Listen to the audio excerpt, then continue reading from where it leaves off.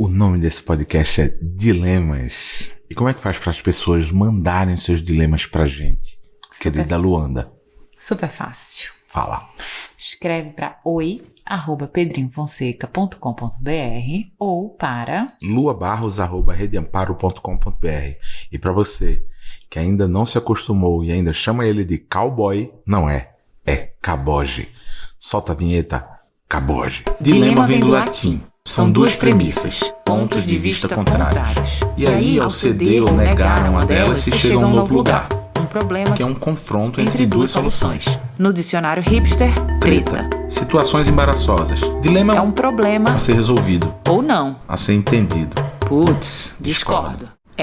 Então temos um dilema. Bem-vindas e bem-vindos. Esse é o Dilemas. Podcast com Lua Barros. E Pedro Fonseca. Então, fala aí, amor, o que é que você tem aí na sua caixinha de dilemas de hoje? Hoje eu trago um dilema de uma Valentina que me tocou profundamente. E esse e-mail já estava aqui guardado, na verdade, esperando uma oportunidade. E eu vou ler o e-mail para vocês. Vamos nessa. Ela diz assim: Pedrinho e Lua, primeiro o meu agradecimento por vocês se desnudarem, mostrarem um cotidiano ao mesmo tempo tão natural e muitas vezes cheio de magia. Um verdadeiro conto de fadas a 12 mãos, ainda que pareça totalmente impossível aos olhos de quem vê. No mínimo nos entrega uma dose de poesia diária com vida pulsante. Dito isso, emendo com um pouco de quem eu sou. Com pouco mais de 20 anos, conheci o pai dos meus filhos e ficamos 13 anos casados. Hoje temos Enzo, com 9 anos, e Valentina, com 6. Duas pequenas pessoas maravilhosas. Há 3 anos decidimos que seríamos melhores separados. E assim fizemos. No meio desse turbilhão, filho, solteirice, quem eu sou no meio de tudo isso, fui surpreendida por uma linda dama, com tudo de feminino que pode haver em um ser humano e em um mundo inteiro de novas possibilidades a descobrir. Nós duas, sem passagens por esse universo, sem nunca ter nem mesmo beijado outra mulher. Pois bem, foi uma paixão arrebatadora, sem hora para dormir, sem possibilidade de volta, mãos ao alto, meu mundo virou de cabeça para baixo. Desde então, há exatos 2 anos e 10 meses, viemos passando por pequenos, médios e grandes dilemas. Primeiro, alguns amigos souberam. Depois, contamos para a família próxima. Alguns aceitaram, outros não. E em uma das provas mais difíceis, contei para Enzo e Valentina, que acolheram tudo com o amor e sabedoria das crianças. Mas o meu dilema GG nisso tudo que é o que eu pretendo que vocês discorram sobre, e meus 2 pequenos no meio disso? Quantas consequências eles vão viver agora e no futuro? E os pais da escola? E os amigos? E eles no meio de um Brasil bolsonarista? Ao mesmo tempo que sei que estou dando uma linda prova do que é o amor, estou também transgredindo limites e fronteiras que não voltam. Muitas vezes penso em desistir. Afinal, por que ir pelo caminho mais difícil? Parece óbvio, vai lá e vive, as crianças estão ótimas, mas não é bem assim. Eu sou a referência principal deles. Os adultos são cruéis, o Brasil é cruel, é arriscado até andarmos de mão dadas nas ruas. Como é que eu digo para eles que está tudo bem? Cabe o meu dilema na lista dos 32 tipos de dilemas que Pedro falou? Um beijo grande, Valentina. Gente, tu tava lendo e eu não tava conseguindo enxergar onde é que estava o dilema dela, porque na verdade eu estava pensando assim, um e-mail que não é um dilema, é uma história de amor. Quanto aprendizado nisso, né? Nesse dilema, quanta coisa. Eu confesso que quando esse dilema chegou, eu mandei uma mensagem para minha mãe. Eu tenho um grupo com a minha mãe e minha irmã, nós somos as sereias. E eu contei desse dilema para ela, porque uma das lições mais bonitas que eu aprendi da minha mãe e que eu acho que é uma herança emocional deixada em vida é essa dimensão de que existe uma mulher que sustenta a mãe. E quando a gente é filho e quando a gente é criança, isso não é claro. E sempre que essa mulher quer se sobrepor à mãe ou aparecer ou ter um espaço, isso causa muito incômodo, isso pode causar dor, isso pode causar brigas, constrangimentos, afastamentos. E só o tempo e a maturidade fazem com que a gente consiga ver a mulher que existe ali sustentando essa mãe, né? Não é a mãe que sustenta a mulher, é a mulher que sustenta a mãe. E essa dimensão, ela realmente só vem na vida adulta. Às vezes, quando a gente se torna mãe, né? Ou não, quando a gente se afasta o suficiente para entender que ali tem uma mulher assim como eu, com vontades e desejos e necessidades e ciclos e momentos. Então, esse meio dessa Valentina mexeu profundamente comigo, porque assim como ela, minha mãe também, em um determinado momento, escolheu viver uma história de amor que era pouco convencional e a gente foi junto, porque não tinha essa possibilidade da gente não ir junto, né? E como é que faz? Quais são os impactos disso? E eu sei que tem muitos medos que regem essa Valentina e essa vontade de desistir diante desse amor que parece ser tão forte, tão bonito, tão valente. Mas já nesse início desse dilema eu queria dizer para ela que essa coragem que ela está tendo de viver tudo isso vai ser observada pelos filhos mais na frente de um jeito muito bonito.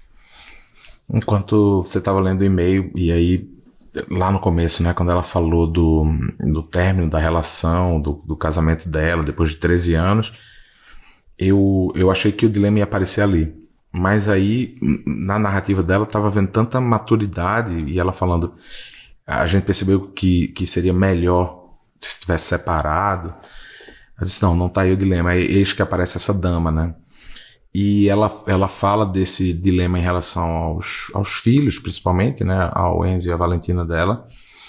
E, Valentina, a primeira coisa que eu queria dizer em relação a tudo isso é que amor é amor, em qualquer lugar. Amor não se conforma com as questões convencionais ou tradicionais de gênero, de espaço, de classe social, de raça, de distância geográfica, nada disso.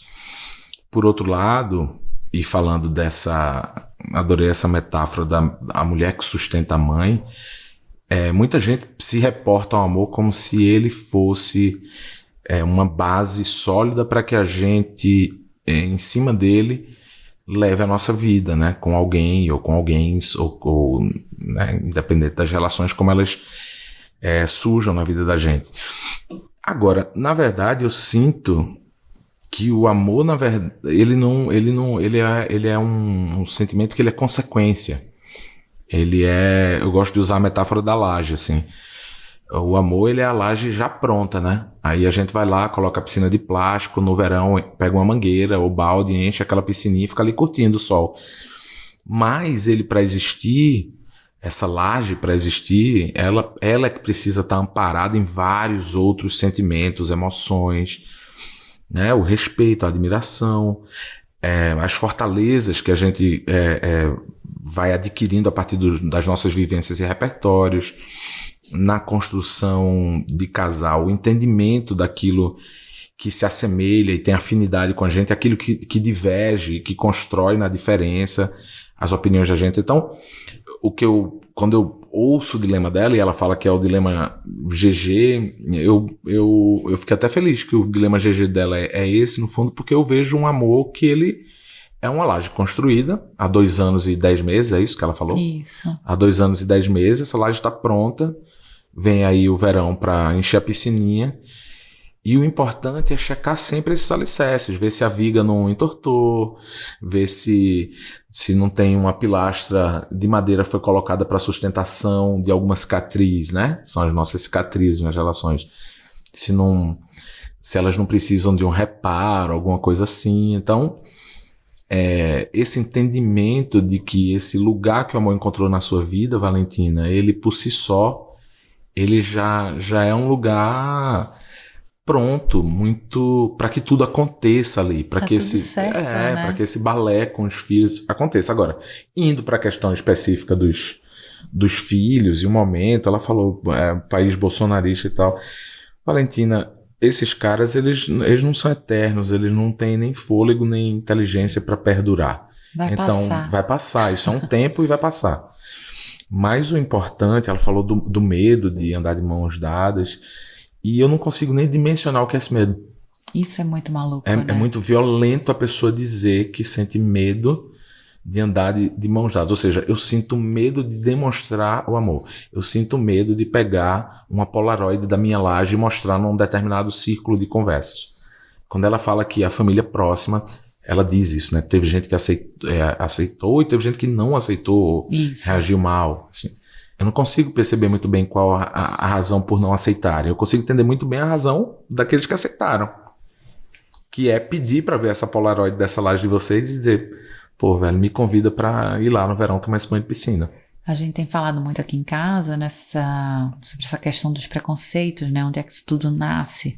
E você tem trazido isso muito claramente. Eu acho muito massa que, assim, o preconceito nasce de um desamor profundo e de uma incapacidade de ver o mundo de uma forma mais ampla e mais diversa, né? Quando a gente fica vendo o mundo só pela ótica do nosso umbigo, a gente não consegue entender que o amor tem outras formas.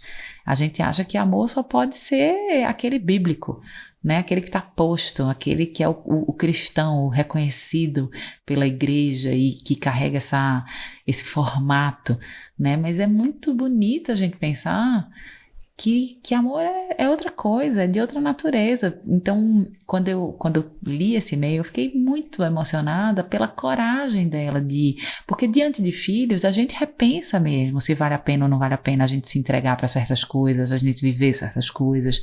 E ela traz o amor, mas às vezes é um emprego, às vezes é um doutorado, às vezes, né, são outras coisas que nos movem, que são paixões arrebatadoras, que vão transformar a gente, e a gente fica nesse lugar daquele conforto, que na verdade não é conforto, é apenas o que a gente reconhece, né? Porque se a gente for analisar é absolutamente desconfortável, mas a gente fica preso nesse espaço por conta desses filhos.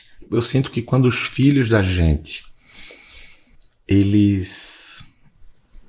a gente dá possibilidade para eles enxergarem não apenas o amor nas suas diversas formas, mas pensando nos filhos, o que eu vejo é que quando as crianças elas veem com naturalidade o que são as manifestações diversas de amor, assim como vários outros sentimentos, né? A criança ela quando entende aquilo que é uma emoção que nasce dentro dela, ela consegue verbalizar, e aí ela tá falando de um Enzo e uma Valentina que tem 12 e 6, então 9 e 6. 9 e 6, o de 9 já começa a elaborar, a de 6 ainda vai chegar lá, mas se eles hoje vivem essa história com vocês duas, é muito provável que sejam adultos lá na frente que sejam muito respeitosos com as diferenças, que sejam muito preparados para se deparar com aquilo que realmente é a sociedade. A sociedade é diversa. Quando a gente não vê a diversidade na sociedade é porque a gente está numa bolha. Então, eu sinto, na verdade, que o que vocês estão construindo, e é um paradoxo, porque eu super entendo quando ela coloca que é um dilema GG.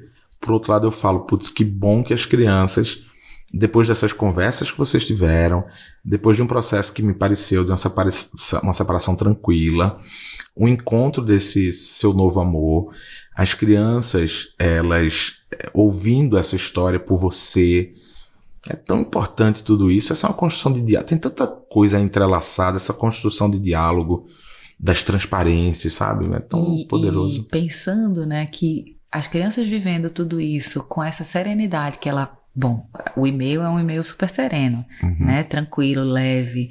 As crianças vivendo essa relação dela junto com ela, desse lugar de serenidade, elas têm estofo emocional para enfrentar com serenidade também. Porque, sim, os pais da escola podem ser que questionem, né? Em casa aconteça uma conversa com um amiguinho e aí esse amiguinho sem querer reproduza, porque as crianças elas reproduzem o que elas escutam em casa e isso pode causar dores nesses filhos, né? No Enzo e na Valentina dela.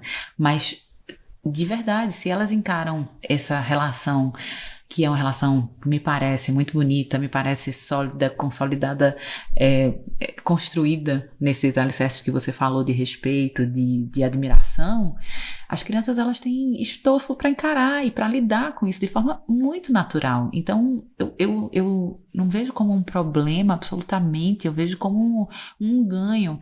Eu falo muito que a gente não ensina sobre resiliência para os nossos filhos quando está tudo absolutamente dentro da normalidade, dentro do conforto, dentro do que é esperado, né? A resiliência, ela é ensinada diante de momentos de adversidade.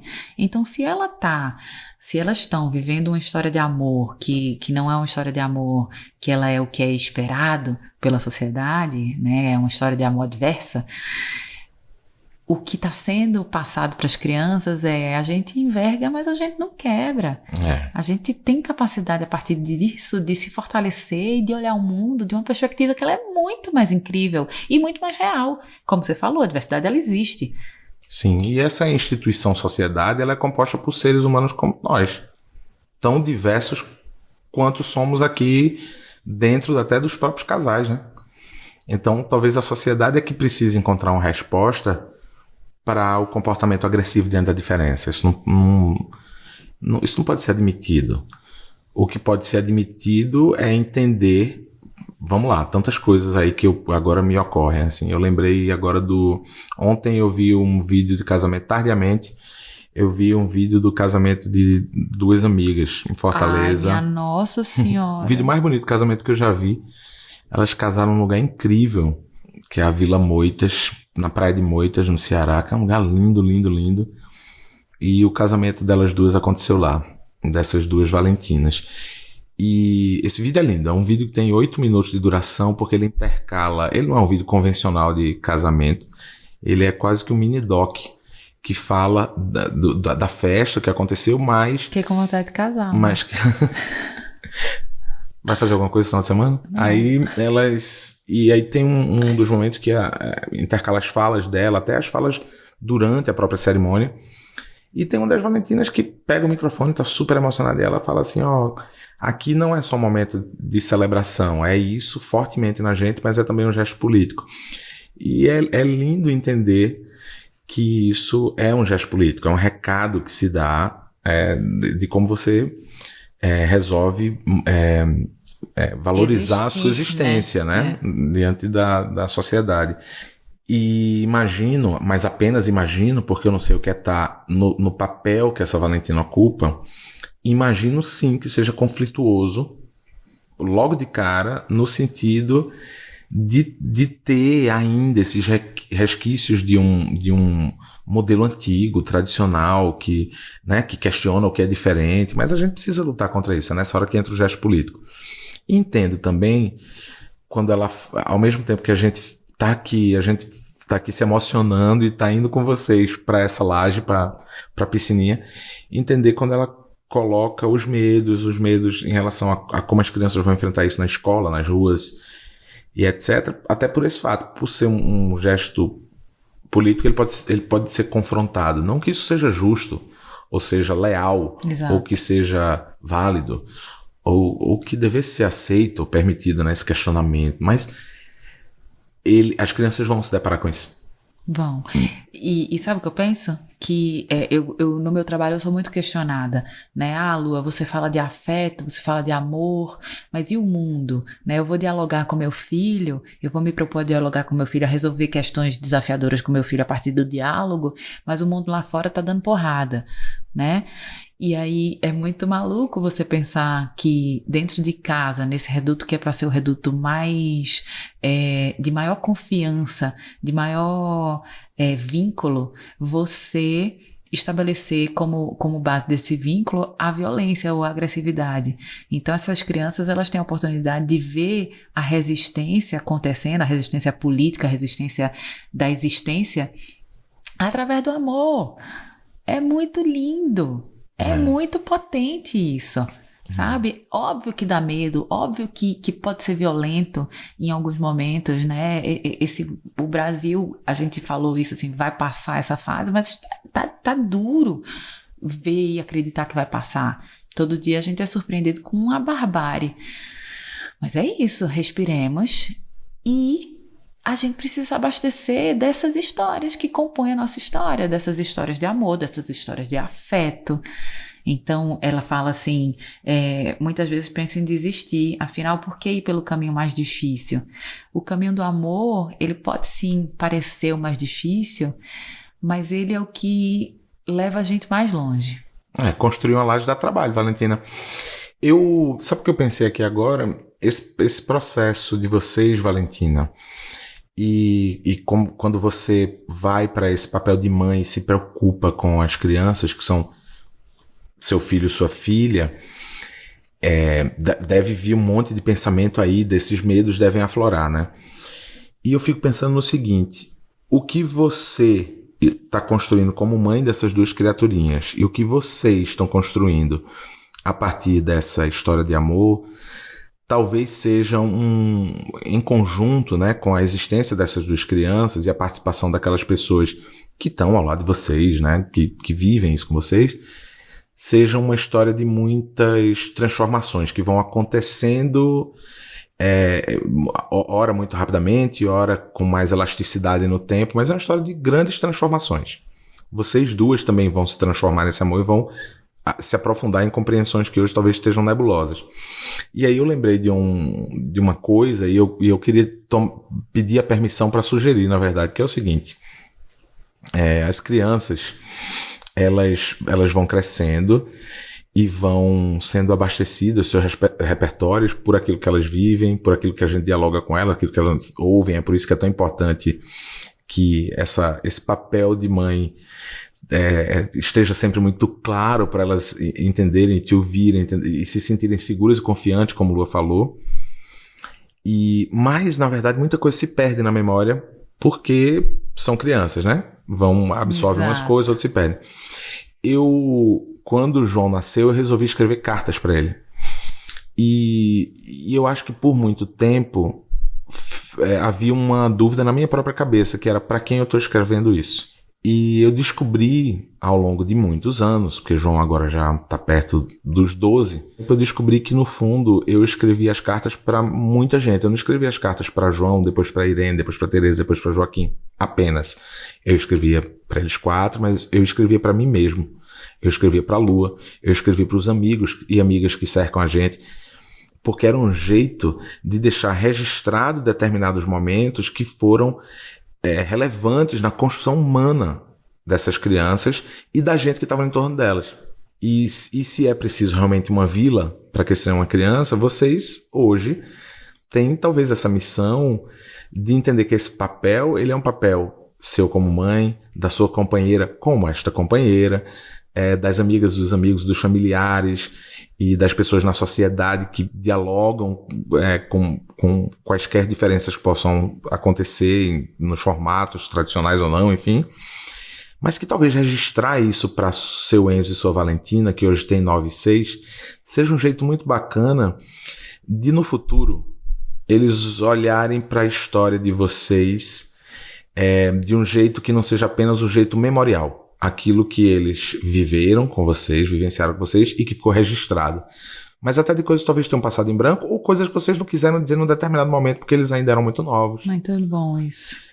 Imagina se vocês duas começarem a escrever cartas, você que é mãe, mas até a própria sua companheira Valentina, se vocês começarem a escrever cartas das coisas que vocês vão descobrir juntos nessa jornada, uma hora essas duas criaturas já fortalecidas com essa vivência, já tendo atravessado diversos verões na piscininha, elas vão poder olhar para esses registros e dizer assim, onde é que eu estava nesse momento da história? Muito lindo, amor.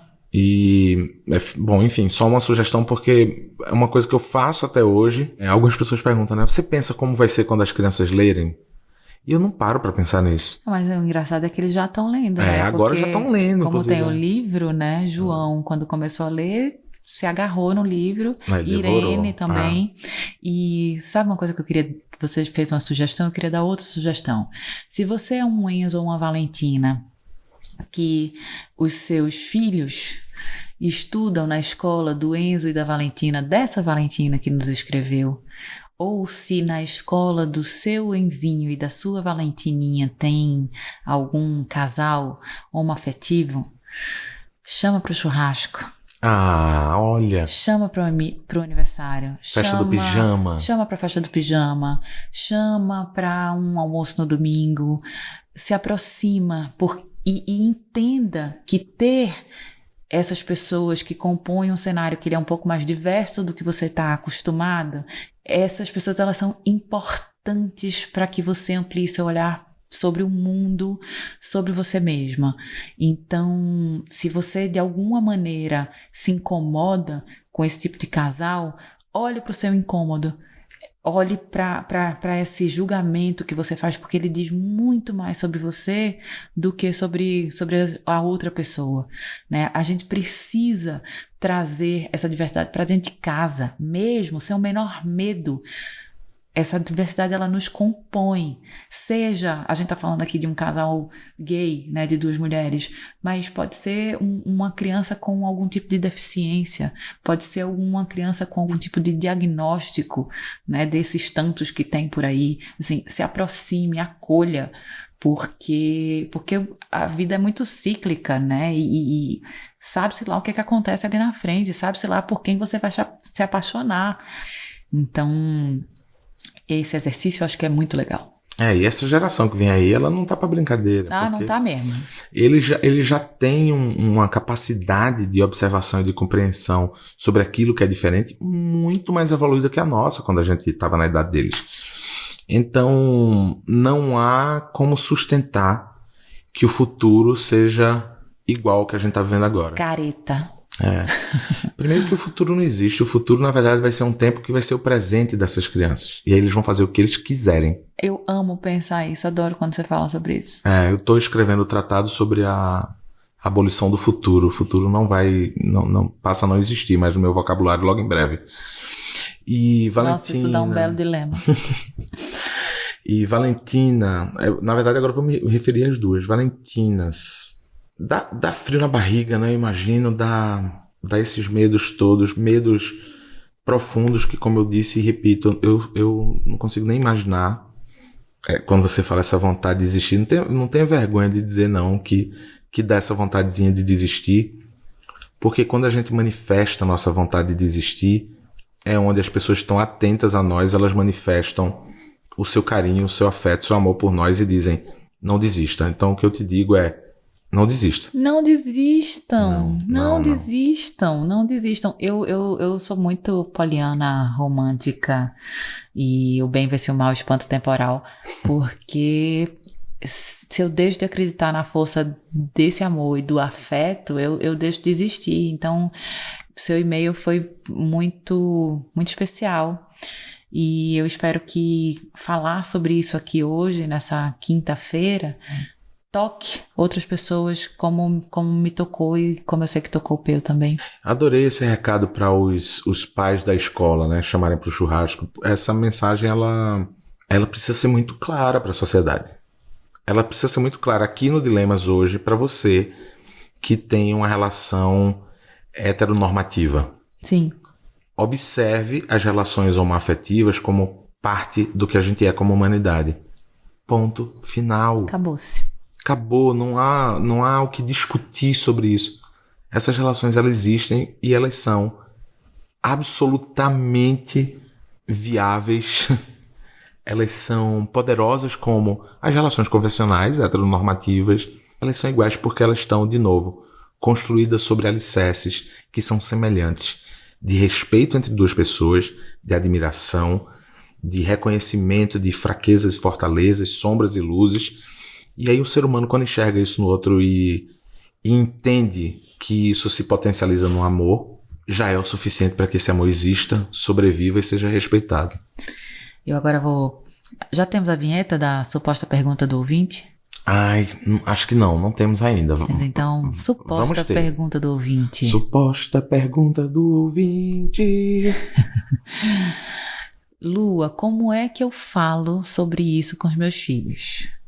Né? A suposta pergunta do ouvinte. Legal tudo isso aí que vocês estão falando, mas como é que eu falo sobre isso com meu filho, com a minha filha?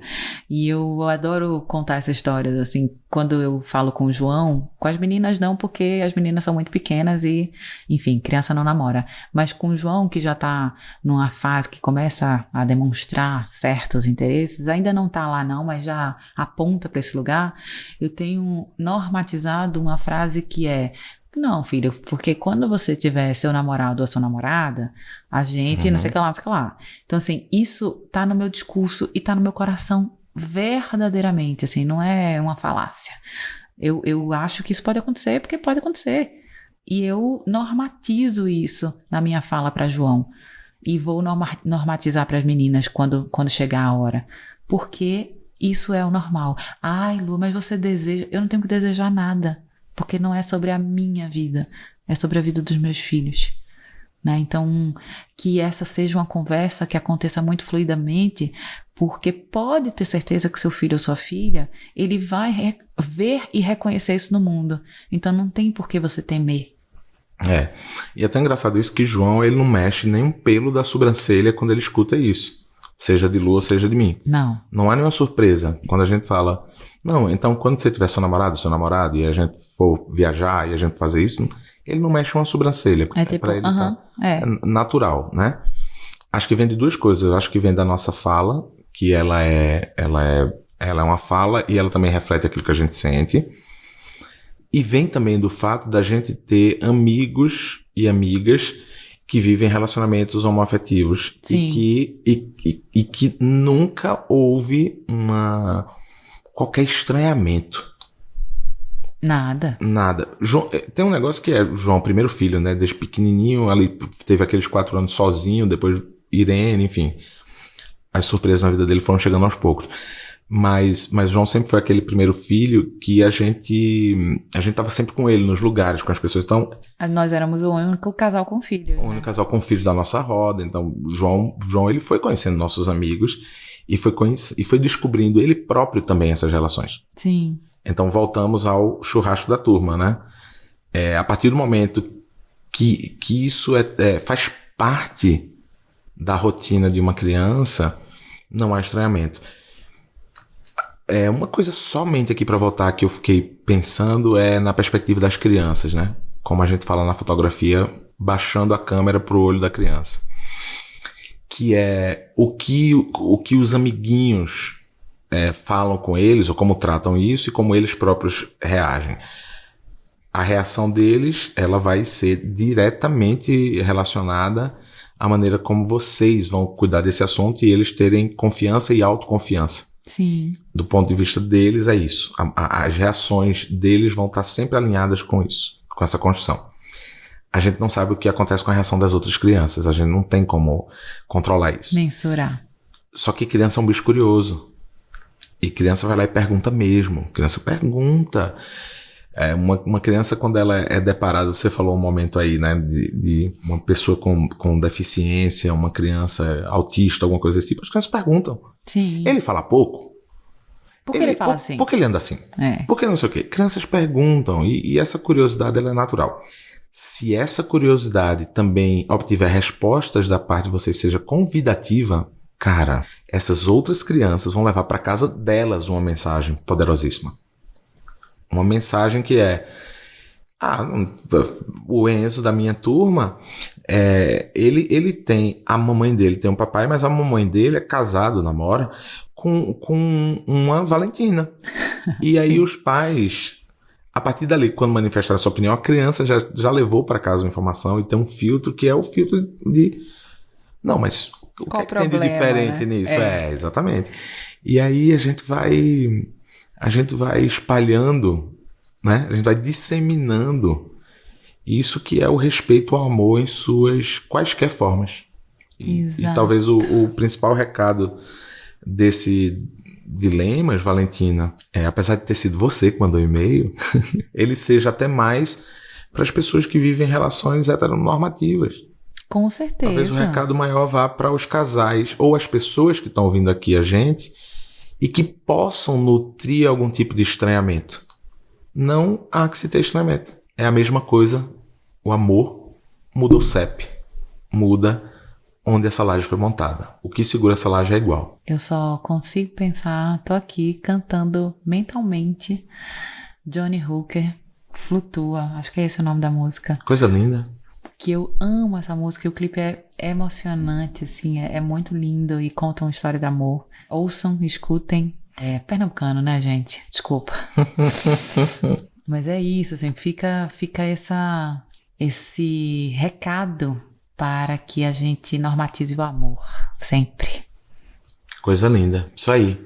Valentina, obrigado por esse e-mail tão precioso, esse dilema tão genuíno que você trouxe com tanta franqueza nas palavras, cada frase que você construiu, o jeito de contar isso pra gente e obviamente agora contar pra mais gente do que nós dois, mais do que Lu e eu.